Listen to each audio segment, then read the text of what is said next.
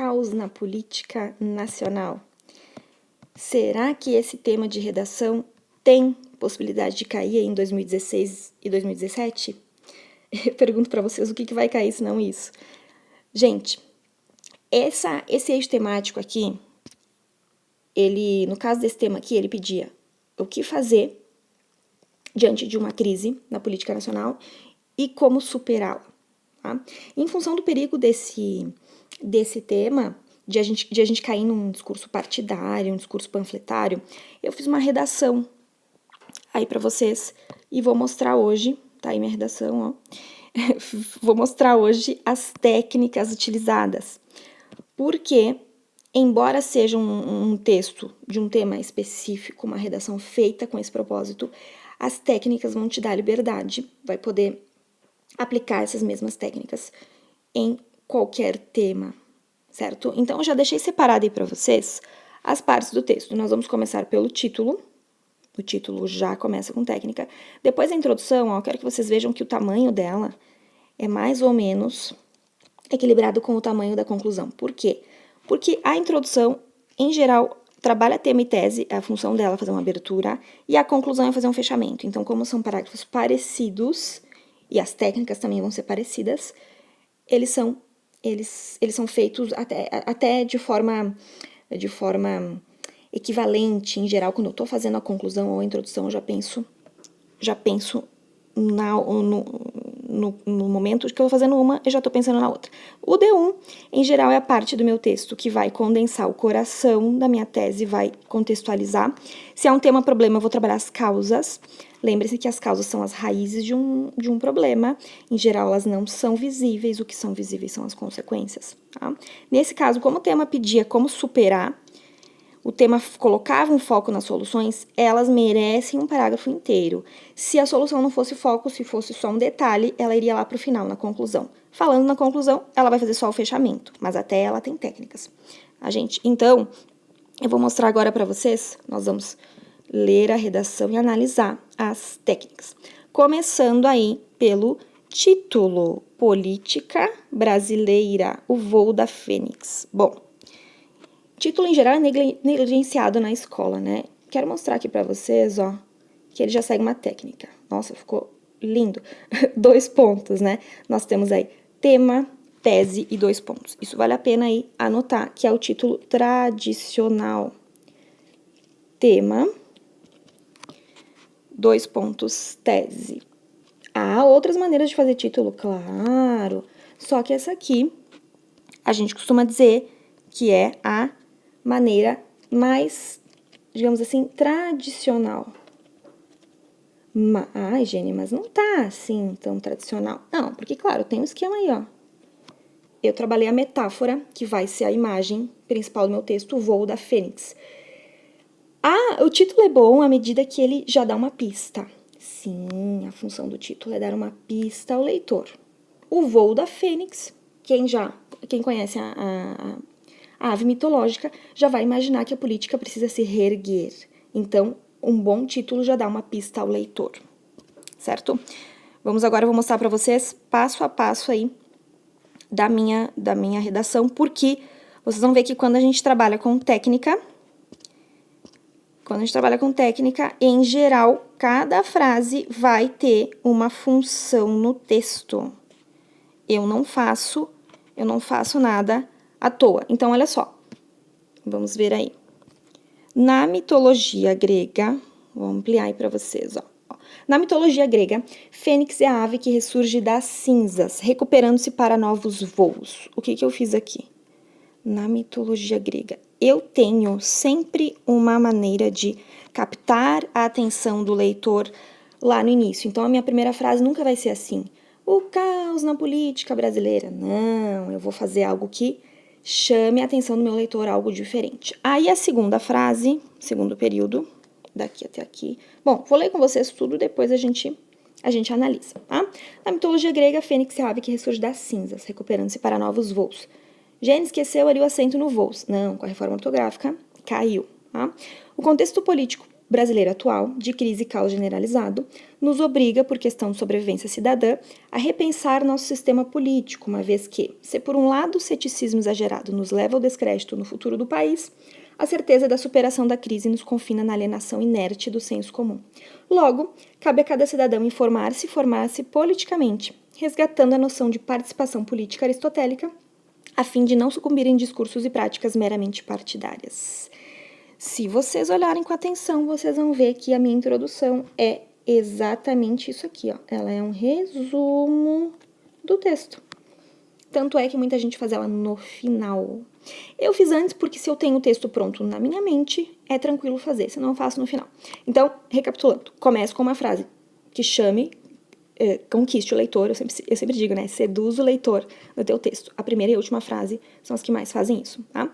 Depois eu explico o tema, ó, o contexto político, e aí eu faço uma ponderação, né? Não posso ser totalmente cética, quer dizer, eu não posso desistir do meu país, mas eu também não posso ser muito otimista, tá? Então aqui, ó, o ceticismo, vou mostrar pra vocês. Não posso ser totalmente cética, e eu também não posso ser totalmente otimista, certeza da superação da crise, tá? Isso a gente chama de fazer uma ponderação. Então, eu explico o tema, só que vejam que eu explico o tema já me posicionando, né? Esse movimento de...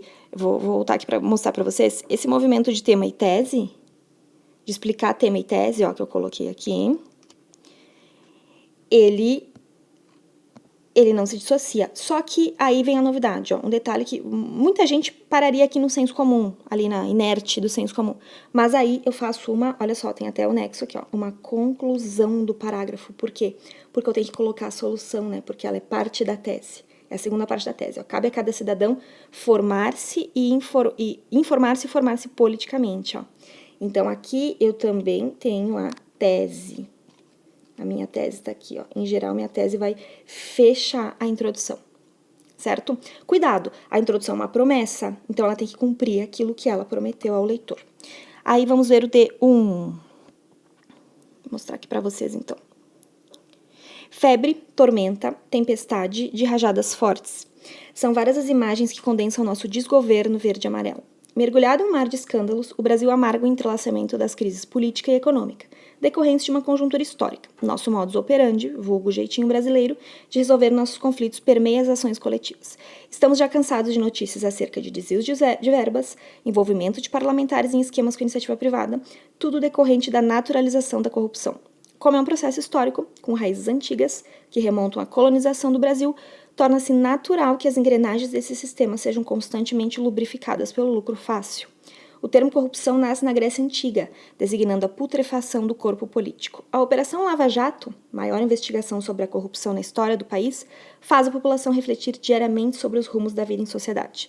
É como se o dinheiro coletivo, em vez de ser de todos, fosse de ninguém, uma terra sem dono, com tempo fechado, céu desfavorável para o progresso nacional. Vejam que aqui eu vou trabalhar as causas, mas tem um detalhe bem importante. Faço uso das metáforas, então eu começo aqui com, olha só, o meu tópico frasal, né? O meu início, ó, febre, tormenta, tempestade, rajadas fortes. Vocês viram que o parágrafo, ele é circular, ó, tempo fechado, céu desfavorável para o progresso nacional. Essa questão de trabalhar, aqui no caso metáforas, ela faz o seguinte com o texto. Vocês podem, por exemplo, colocar as mesmas causas que eu, mas o fato de eu ter explorado metáforas vai conferir ao meu texto uma coisa que a gente chama de autoria.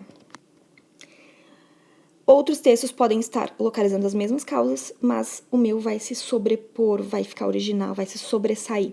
Vocês imaginem que o corretor da banca de vestibular, ele fica o dia inteiro lendo texto sobre o mesmo tema, ele lê muitas redações iguais umas às outras, eu costumo dizer que ele entra no modo automático, ele nem para mais para pensar, porque ele tá lendo a mesma coisa. Então, quando a gente tem um texto com autoria, é como se a gente acordasse o leitor.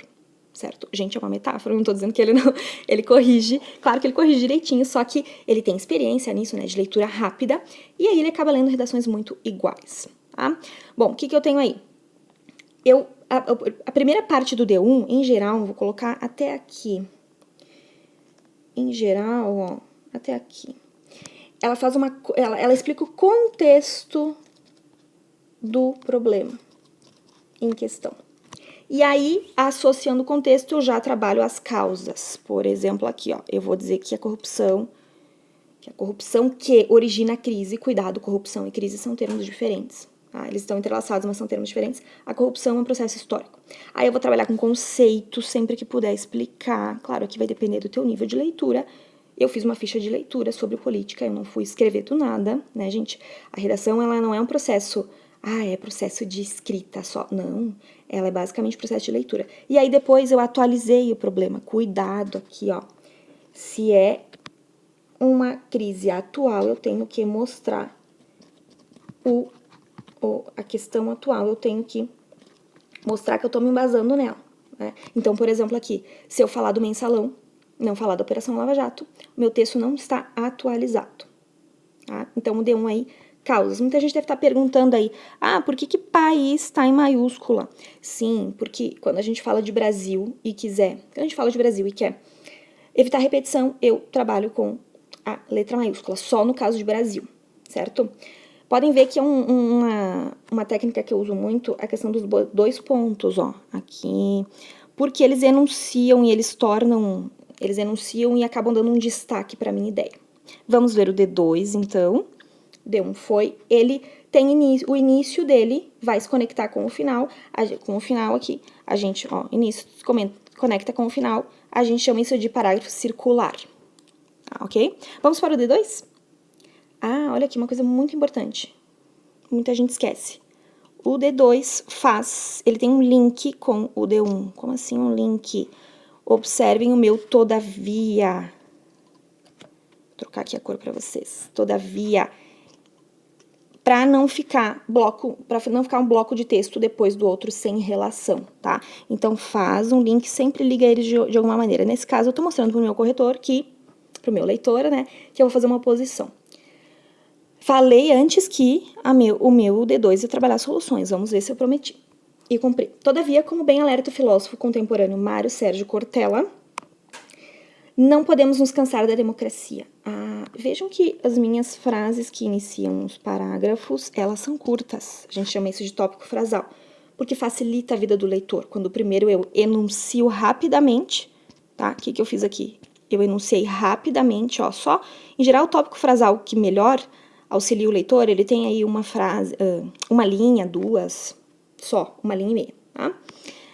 Em geral, eu faço ele curto. Ainda que a princípio esse caos tenha efeito paralisador, é preciso acalmar os ânimos e a visão presa ao presente. Sair da ilha para ver a ilha, conforme alertaria Saramago. Nesse sentido, o Brasil já passou por crises desse nível ou até pior, o que nos confere certo know-how diante do contexto. Precisamos nos unir.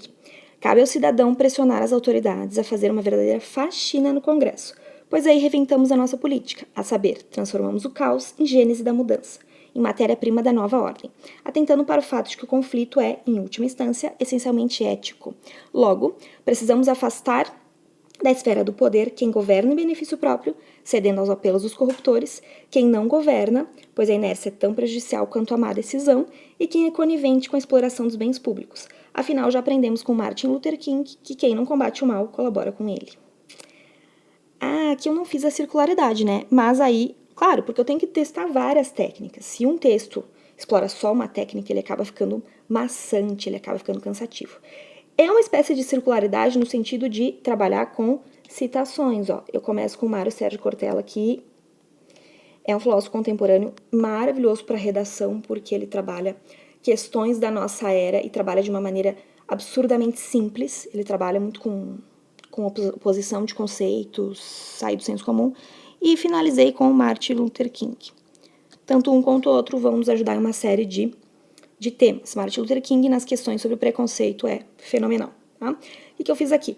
Contextualizei primeiro a necessidade de solucionar e depois eu vim com a parte da solução de fato. Tá?